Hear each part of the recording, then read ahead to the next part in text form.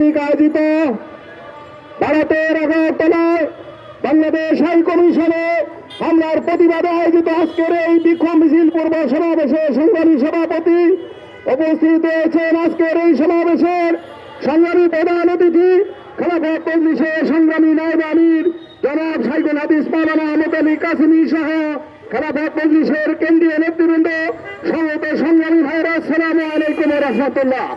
আপনারা জানেন শেখ হাসিনা সরকার ইন্ডিয়ার একটি দাস সরকার ছিল। 5 আগস্টে বাংলাদেশের ছাত্র জনতার রক্তক্ষয়ী অভ্যুত্থানের মধ্য দিয়ে দেশ থেকে তিনি বিতাড়িত হন। শেখ হাসিনা বাংলাদেশ থেকে পালিয়ে ইন্ডিয়ায় গিয়ে আশ্রয় গ্রহণ করে। মূলত শেখ হাসিনা বাংলাদেশ থেকে এই দেশের পতন হওয়ার পর থেকে ইন্ডিয়া সরকারের মাথা খারাপ হয়ে গেছে। আমি ইন্ডিয়া সরকারকে বলতে চাই, বাংলাদেশে ছাত্র জনতার রক্তে একটি অভ্যুত্থান সংগঠিত হয়েছে, একটি বিপ্লব সংগঠিত হয়েছে। আপনাদের যতই কষ্ট লাগে এই বিপ্লবের অভ্যুত্থানকে মেনে নিতে হবে।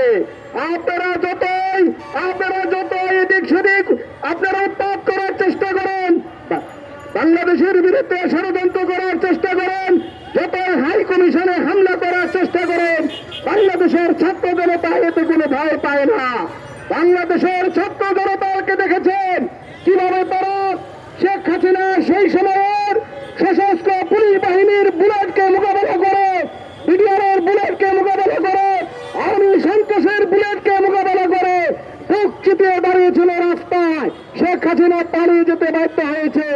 কাজেই আপনি বাংলাদেশ নিয়ে ষড়যন্ত্র করবেন না।